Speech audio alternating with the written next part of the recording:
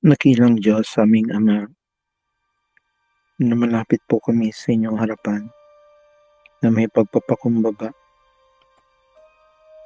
Alam namin, alam mo ang lahat at sa iyo nakatago ang lahat ng mga lihim na hindi kayang unawain ng kahit sinong tao. Bagkus pinakilala niyo sa amin ang inyong buong puso sa katauhan ni Kristo. Nagpapasalamat kami, Panginoon, na hindi mo kami sinusukat base sa aming magagawa, kundi ang lahat ng buong kasaysayan ng mundong ito, ng bawat buhay, ng bawat taong nabuhay ay nasa iyong kamay. Kahit ang kalaban ay walang magawa, hindi makalampas sa inyong pahintulot. Ngunit nagpapasalamat kami, Panginoon, dahil binigay mo ang puso mo sa amin kahit hindi namin ito kayang ibalik. At biniyaya mo kami ng inyong salita, bagay na hindi din namin kayang maunawa. Ang inyong pagbibigay sa amin ito. Hinihingi namin, Panginoon, ang kaunawaan dito, na ikaw lang din ang makapagbibigay. Nanghihingi kami ngayon ng pagkain sa inyong harapan. Salamat po sa inyong kaluguran na bigyan kami na higit pa sa aming hinihingi. Na makita namin ang inyong kamay at inyong palakihin ang aming pagtitiwala sa inyo. Maraming salamat po, Panginoon. Kaya pagkatapos na mahabang pananahimik, isang linggong pananahimik, nagsalita na ito si Job. Kapag sobrang bigat ng dinadala ng tao, nakukuha niyang mag-isip. Ito ang problema kapag nagsimula tayo mag-isip. At ito rin ang masasabi ko sa aking sarili. Ito ang sabihin kong sumpa ko. Hindi ako tumitigil sa kakaisip. So much so na kailangan gusto ko na matulog, pero pag hihiga naman ako, dilat naman ako sa kakaisip. Kapag dumaan sa kabigatan ang tao at iniwan mo sa sarili, nauwi ito sa self-pity. Mas mabuti pa yung kamatayan, mas pinipili pa niya na hindi na sana siya pinanganak kaysa dumaan sa ganitong paghihirap.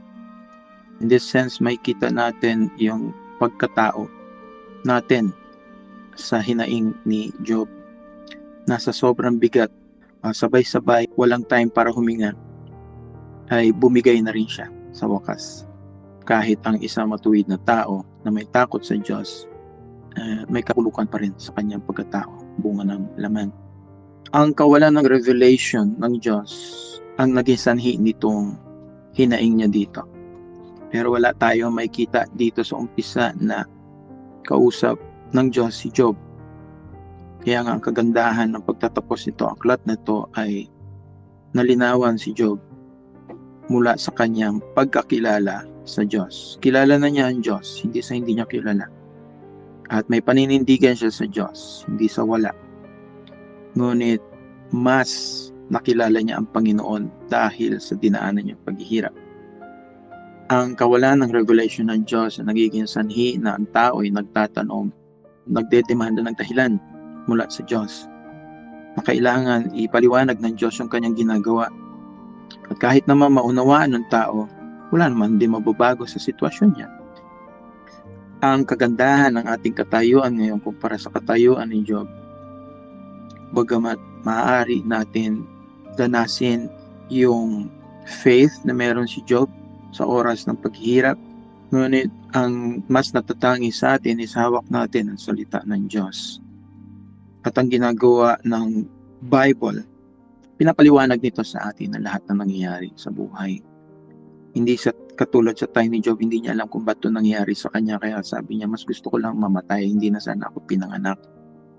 Parang bakit pa ako binubuhay kung hindi naman sasabihin sa akin ng Diyos kung ano yung mangyayari sa akin. All legitimate concern. Natatakot tayo sa mga bagay na hindi natin nakikita o naunawaan.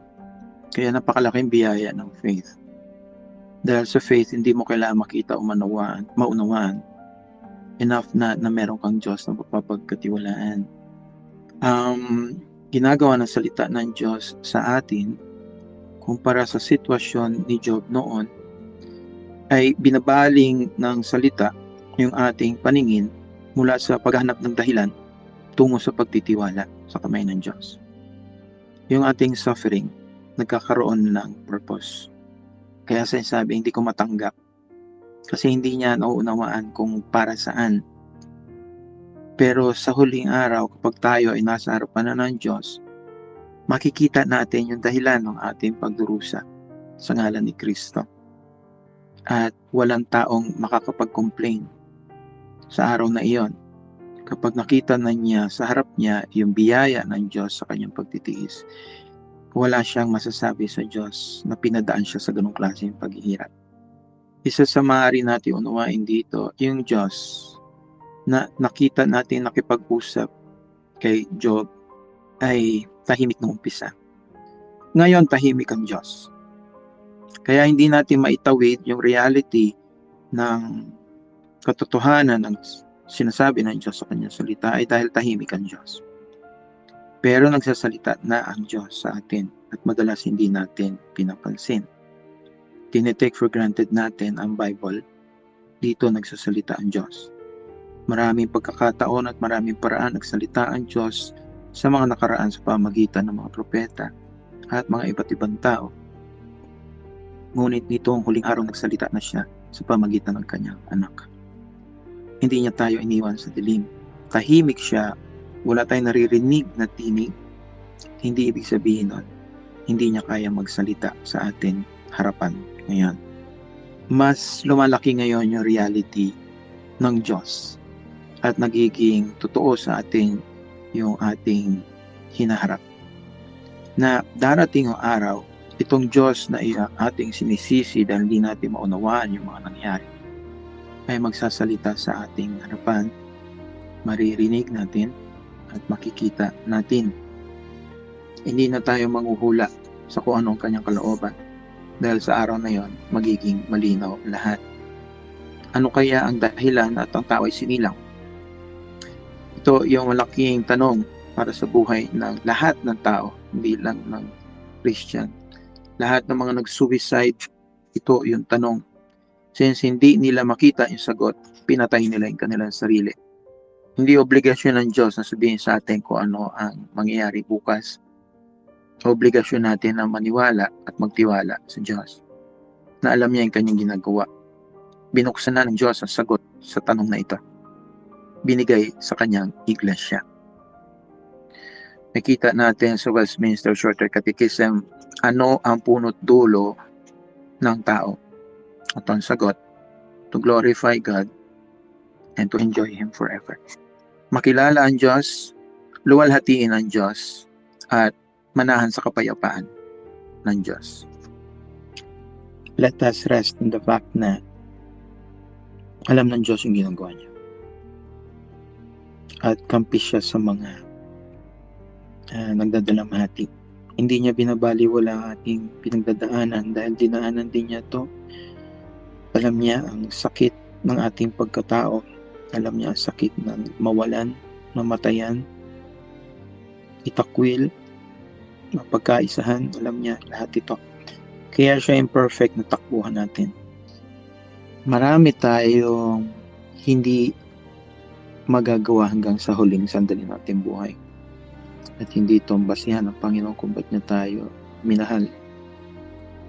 Babalik at babalik lang talaga tayo sa harapan niya sa pagpapakumbaba. Na wala tayong masasabing o may explain sa kanya gaya na sabi ni Job, okay, ang tanga ko, binuksan ko pa yung bibig mo. Hindi na po, tahimik na ako. Hindi na ako magsasalita. Tama kayo.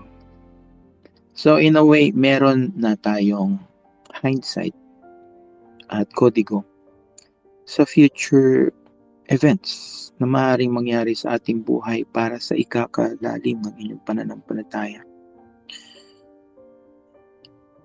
Lumalaki lang ang faith kapag dumadaan ito sa dilim, sa sakit,